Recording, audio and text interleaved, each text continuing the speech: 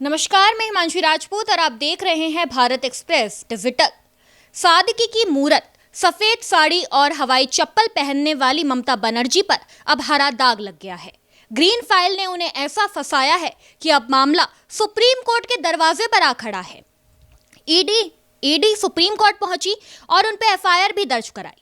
अब सवाल यह है कि ममता बनर्जी जेल जाएंगी, वो भी चुनावों से पहले। आगे क्या कुछ होता है, बस इसी मुद्दे पर हमारे साथ बातचीत करने के लिए हमारे सहयोगी हैं, नूर है हमारे साथ और राशिद जी हैं। तो चलिए इनसे बात करते हैं। तो राशिद जी, क्या लगता है चुनावों से पहले ममता बनर्जी जेल जा सकती हैं? देखिए, मैं आपको बता दूं कि ईडी ने जब ये रेड की थी कोलकाता में आईपैक के दफ्तर पर, तो वहाँ पर बीच में ही ममता धमकी रेड के बीच में वहाँ से निकलती हैं, पूरा शोर मचता है और ग्रीन फाइल लेके जाते हैं। तभी से ग्रीन फाइल ये चर्चाओं में है कि आखिर इसमें क्या है। इसके बाद ईडी पहुँचती है सुप्रीम कोर्ट और इसमें ममता बनर्जी और उनके अधिकारियों के खिलाफ जो है वो एफआईआर दर्ज करने की मांग करती हैं। अभी ये प्रोसेस चल रहा है, उन पे एफआईआर दर्ज की बात कही जा रही है कि इन पे एफआईआर दर्ज हो और इनकी जांच जो है वो सीबीआई करे, ये भी कहा गया है। लेकिन इस बीच मैं आपको बता दूं कि अभी मामला चल रहा है, सुप्रीम कोर्ट से उन्होंने गुहार लगाई है। ममता भी सुप्रीम कोर्ट पहुंची है, उन्होंने भी कैविएट दाखिल की हुई है। अब देखा जाएगा कि आखिर ये मामला कहाँ जाके रुकता है। देखिए, चुनाव से पहले ईडी रेड मारती है आईपैक के यहाँ। आईपैक चुनावी संबंधी सेवाएं देती है टीएमसी को, और ऐसे में अब जब आपको याद होगा, जब ममता ग्रीन फाइल ले जा रही थी तो उन्होंने मीडिया के सामने क्या कहा था कि ये किसने कराया है, किस वजह से कराया है, सब जानती हैं। और इस जब सवाल उठे कि इस ग्रीन फाइल में क्या है, तो उन्होंने कहा कि इसमें सारी हमारी चुनाव संबंधी जो है पार्टी की जो है वो जानकारियां हैं माफ़ कीजिएगा, कि इन्हें मैं ले जाने नहीं दूंगी। जिसके बाद उन पर कई आरोप लगे कि आखिर इसमें क्या है, इसमें घोटाले के भी कुछ सबूत हो सकते हैं, कोई भी इंफॉर्मेशन हो सकती है। तो ये तो वक्त आने पे पता चलेगा। लेकिन मैं आपको बता दूं कि चुनाव से पहले ऐसा माहौल जो है वो गर्मा गया है। ईडी की कार्रवाई के बीच ये जो मामला हुआ है, उसने कहीं ना कहीं चुनाव को बिल्कुल एक पूरा हाई वोल्टेज ड्रामा वहाँ पे बना दिया है। और ऐसे में बीजेपी को मौका मिल गया है कि वहाँ की टीएमसी सरकार, ममता बनर्जी, उनके अधिकारियों सब पे किस तरह से शिकंजा कसा जाए। मानसी, मेरा एक और सवाल है। जैसे कि हम सब जानते हैं कि पिछले साल दिल्ली में चुनाव हुए थे और चुनावों से पहले केजरीवाल जेल चले गए थे। वैसा ही कुछ शिकंजा ममता बनर्जी के लिए भी है।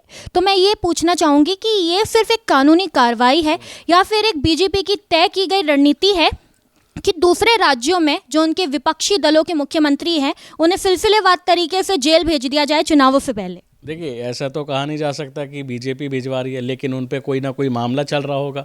जब भी आप देखेंगे कि ईडी की जो कि रेड है, दिल्ली, महाराष्ट्र, झारखंड, अब बंगाल, जहाँ जहाँ चुनाव वहाँ वहाँ ईडी, ये तो कहा ही जाता है। लेकिन ऐसे में वो भी तो निर्दोष नहीं है ना, जिन पे ईडी छापे मारती है। हो सकता है कुछ मिल जाए, ये भी तो चीज़ है। लेकिन अब देखना होगा कि आईपैक को लेके जिस उन्होंने जो छापेमारी है वो केस कितना पुराना था, और छापेमारी अब जब बंगाल में चुनाव है, ये भी पॉइंट उठता है। लेकिन अब आगे क्या फैसला होता है, अगर कोई ऐसी चीज़ निकलती है जो ममता के खिलाफ कड़े सबूत होते हैं, ठोस सबूत होते हैं, ईडी कोई ऐसा सबूत देती है, या फिर अगर सीबीआई जांच की मांग की है और अगर इसमें सीबीआई जांच करते हैं और हो सकता है कुछ निकल आए, तो कहा भी नहीं जा सकता। क्योंकि चुनाव से पहले अगर कोई ऐसे आरोप लगे जो कोर्ट में साबित हो जाएं, ईडी साबित कर दे अपनी चार्जशीट दाखिल करके, तो ये तो जब ही की बात है। लेकिन इन सब के बीच ये कहा जा सकता है कि ममता ने भी पूरा जोर लगा रखा है कि कैसे केंद्र सरकार को चुनौती देनी है, क्योंकि उन्होंने साफ कहा है कि ये नोटे मिनिस्टर ने कराया है और वो भी इतनी आसानी से हटेंगी नहीं। देखिए, दिल्ली की राजनीति और बंगाल की राजनीति में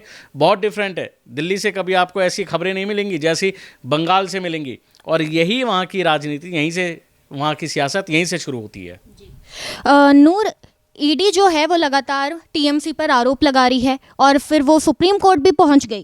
तो ऐसे में क्या लगता है ममता बनर्जी के लिए अब कितना मुश्किल होने वाला है? और बंगाल में चुनाव भी है, तो चुनाव पर भी क्या असर पड़ेगा इसका? बहुत शुक्रिया हिमांशी। सबसे पहले हम पीछे देख रहे हैं, बैकग्राउंड देख रहे हैं उसी समय से, और बैकग्राउंड में देखिए कि ममता बनर्जी है और उनके हाथ में एक फाइल है, ये ग्रीन फाइल, जिसको रेड एरो से दिखाया भी गया है। तो ये बहुत सारे देशवासियों से, खास करके बंगाल के निवासियों से लेकर के पूरे देश में चर्चा है कि आखिर इस फाइल में क्या है और इस फाइल का असर बंगाल इलेक्शन में कितना पड़ने वाला है। देखिए, वैसे तो नेताओं की बात है कि कई आरोप है कि इसमें क्या है, नहीं है, लेकिन ऐसा आधिकारिक तौर पे किसी को नहीं पता है कि इसमें क्या है। ऐसे आरोप है कि इसमें ये डेटा हो सकता है, लेकिन ईडी का आरोप है कि इसमें ये चीज़ें हैं, लेकिन असल में क्या है, ये बंद है। अब चूंकि अगर ममता बनर्जी के बारे में अगर बात करते हैं, तो चूंकि ममता बनर्जी एक मजबूत राजनीतिक मानी जाती है, और चूंकि ये राजनीति आंदोलन से निकली हुई एक महिला है, तो मेरा मानना है कि ऐसा भी हो सकता है, क्योंकि हमने पिछली बार भी बंगाल इलेक्शन देखा था और इस बार भी बंगाल इलेक्शन होने वाला है, तो मुझे लगता है कि ममता बनर्जी इस पूरे बंगाल इलेक्शन को कहीं ना कहीं इस फाइल के जरिए समेट के रख सकती है। पिछली बार जो इलेक्शन था वो किसी फाइल की वजह से सुप्रीम कोर्ट में तो नहीं पहुंचा था, लेकिन इस बार देखिए, राजनीति में कब क्या हो जाए कुछ कहा नहीं जा सकता है। राजनीति में अक्सर जो चीज़ें होती है वो दिखती नहीं है, और जो दिखती है वो चीज़ें होती नहीं है।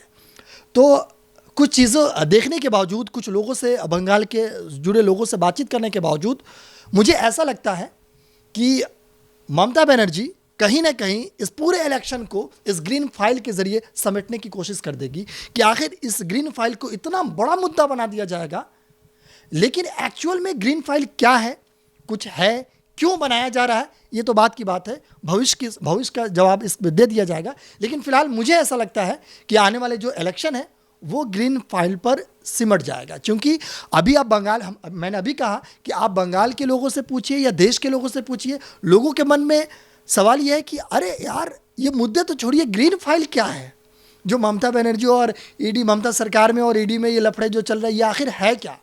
तो मेरा मानना यही है हिमांशी कि आने वाला वक्त जो चुनाव है वो ग्रीन फाइल पर जाकर सिमट सकती है। कुल मिला के जैसे चुनावों से पहले मुद्दों पर बात होती है, अब ग्रीन फाइल पर बात होगी, हो सकती है। और चूंकि जिस तरीके से बंगाल का जो मूड दिख रहा है, बंगाल के जो राजनेता का मूड दिख रहा है, चूंकि जो राजनेता है उस पर अब बयानबाजी भी शुरू हो गई है। बंगाल में जो विपक्ष में बैठे हुए लोग हैं उनका भी बयान सामने आ रहा है, और टीएमसी जो सत्ताधारी पार्टी है उनका भी बयान सामने आ रहा है। तो चूँकि अब इलेक्शन भी अब नज़दीक है, तो चूँकि अभी से ही अगर इस तरीके की अगर बातें आ रही है, तो मुझे लग रहा है कि ये इलेक्शन जो है वो फिर कहीं ना कहीं इस फाइलों के ज़रिए सिमट जाएगी। तो कुल मिला के जो ये लड़ाई है वो अब राजनीतिक नहीं बल्कि कानूनी भी हो गई है, क्योंकि अब सुप्रीम कोर्ट के दर पर मामला खड़ा है। अब देखना ये होगा कि आगे इस मुद्दे पर क्या कुछ होता है। देखते रहिए भारत एक्सप्रेस। नमस्कार।